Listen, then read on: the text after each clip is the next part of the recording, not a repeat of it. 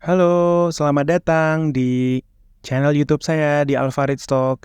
Nah, kembali lagi bertemu dengan saya gitu ya. Di video kali ini saya akan menjelaskan kepada teman-teman semua tentang cara menjadi kaya tanpa bekerja. Nah, ini mungkin topik yang sangat teman-teman inginkan gitu ya. Gimana caranya kaya tanpa bekerja gitu ya, untuk zaman sekarang tuh gimana, gitu. Nah, mendapatkan kekayaan tanpa bekerja mungkin adalah impian dari banyak orang, tetapi kenyataannya, kekayaan yang signifikan biasanya membutuhkan kerja keras, dedikasi, dan waktu. Nah, itu adalah 3 hal yang perlu teman-teman ketahui. Kerja keras mulai dari, usaha yang keras gitu ya, dedikasi itu adalah, pengorbanan gitu ya, dan waktu yang, tidak cepat gitu ya, atau tidak instan. Nah, sebelum menjawab ini ya, pertanyaan tadi cara menjadi kaya itu ya, teman-teman boleh nih kalau misalkan tertarik untuk, belajar saham gitu ya ke kita, nanti kita kasih bonus 1 lot XKMS. Nah, nilainya ini adalah 130.000. Itu lumayan banget untuk teman-teman yang mungkin kapan lagi nih dapat 100.000 gratis gitu ya. Nah, itu teman-teman gampang sekali nanti daftar Kisi Mobile, download gitu ya, terus daftar dengan kode referral Beki 02005. Kemudian teman-teman hanya perlu deposit 100.000. Otomatis nanti akan dapat nih 1 lot senilai 130.000. Otomatis nanti modal teman-teman jadi 230 gitu ya. Nah, itu teman-teman syaratnya. Mudah sekali. Teman-teman boleh kontak langsung di Instagram saya di Alvarid Stock maupun di Telegram saya di Alvarid 100. Oke, itu aja teman-teman. Nanti kalau tertarik langsung hubungi saya. Nah, tadi gimana cara untuk kaya tanpa bekerja gitu. Yang pertama adalah investasi yang cerdas. Investasi cerdas ini gimana sih? Investasi cerdas ini adalah investasi yang dapat membantu teman-teman memberikan keuntungan tanpa bekerja secara aktif. Contohnya adalah investasi saham, kemudian ada juga obligasi, ada reksadana, ada properti, ada bisnis. Nah, teman-teman bisa pilih nih gitu ya, teman-teman mau investasi yang mana gitu. Nah, dalam hal ini penting untuk melakukan penelitian secara cermat dan memahami resiko gitu sebelum teman-teman milih. Misalkan teman-teman pengen yang aman-aman gitu ya. Nah, aman-aman bisa di obligasi negara, kemudian dari juga reksadana gitu ya. Nah, untuk yang agresif boleh nih untuk di properti ataupun di saham, gitu. Nah, kalau misalkan saya sendiri merekomendasikan gitu teman-teman di saham. Kenapa? Karena saham itu adalah salah satu instrumen investasi yang bisa mengalahkan inflasi tahunan. Itu teman-teman wajib punya saham kalau misalkan teman-teman pengen kaya. Yang kedua adalah membangun portofolio investasi. Maksudnya apa? Portofolio investasi ini kan tadi teman-teman mau milih tuh gitu ya. Teman-teman mau milih saham atau obligasi atau reksadana atau emas atau kripto misalkan gitu ya. Nah, teman-teman harus bangun portofolio atau mengalokasikan dana kepada jenis-jenis aset ataupun investasinya.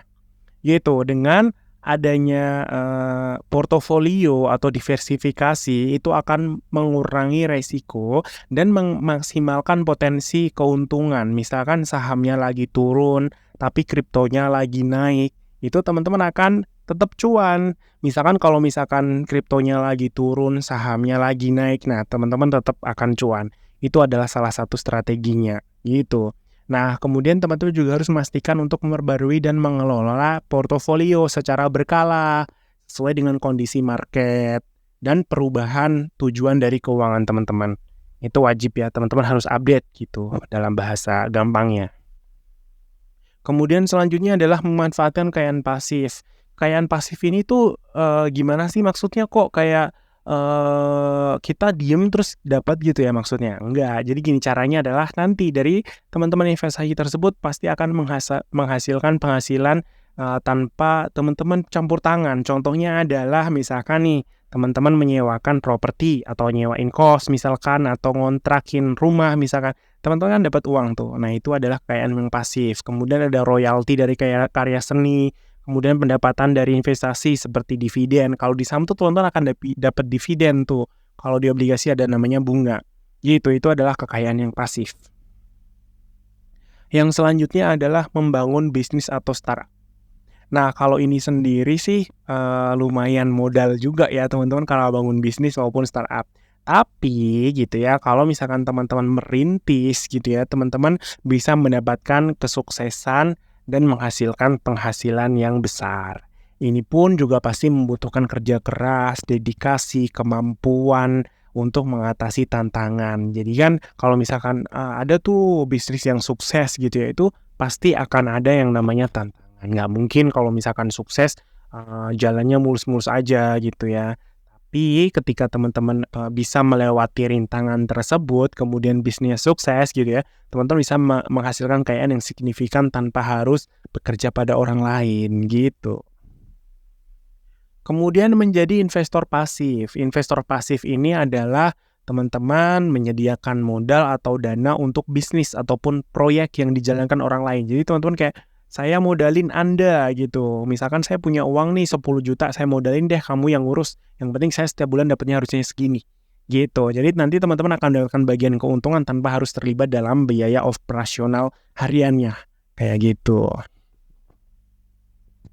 Yang selanjutnya adalah pengetahuan keuangan. Nah, ketika teman-teman, pengen kaya secara, tidak bekerja gitu ya, teman-teman harus juga mendapatkan apa ya, pengetahuan juga nih tentang keuangan, gitu. Jadi teman-teman harus meningkatkan pengetahuan keuangan misalkan dengan, sekolah atau kuliah atau baca buku atau ikut seminar atau ambil kursus tentang keuangan dan lain sebagainya. Jadi teman-teman juga nggak bisa yang diem aja juga gitu. Jadi dengan pemahaman yang lebih tentang investasi, manajemen keuangan atau strategi, kekayaan gitu ya, strategi funding misalkan, teman-teman akan dapat mengambil keputusan yang lebih baik dalam mengembangkan kekayaan.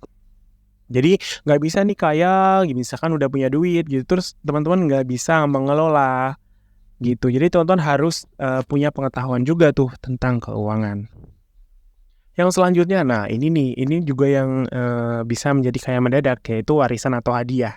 Jadi kadang-kadang memang kekayaan dapat diperoleh melalui warisan ataupun hadiah yang diberikan kepada teman-teman semuanya, meskipun sepenuhnya ini juga tidak tergantung pada usaha sendiri gitu. Jadi penting juga walaupun misalkan dapat, warisan atau dapat hadiah, teman-teman harus punya juga cara untuk mengelolanya.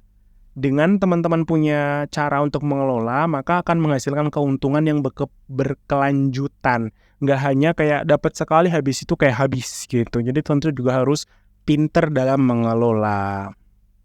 Nah, terakhir adalah perlu diingat bahwa tidak ada jaminan bahwa teman-teman bisa kaya tanpa bekerja. Ya pasti ya kan. Membangun kekayaan membutuhkan kedisiplinan, resiko yang terkendali, dan kadang-kadang juga menghadapi kegagalan. Tapi seiring dengan itu, penting juga teman-teman memiliki keuangan yang realistis dan memiliki rencana yang baik dalam mencapainya. Jangan sampai ketika teman-teman sudah punya duit, teman-teman gak bisa mengelola gitu ya, terus akhirnya ya duitnya hilang gitu, teman-teman gak bisa mendapatkan keberlanjutan dari duit yang teman-teman punya. Oke, gitu aja teman-teman. Kalau misalkan teman-teman mau lihat video beberapa edukasi juga, boleh dilihat di beberapa video di channel ini gitu ya. Oke, itu aja. Sampai bertemu di video selanjutnya.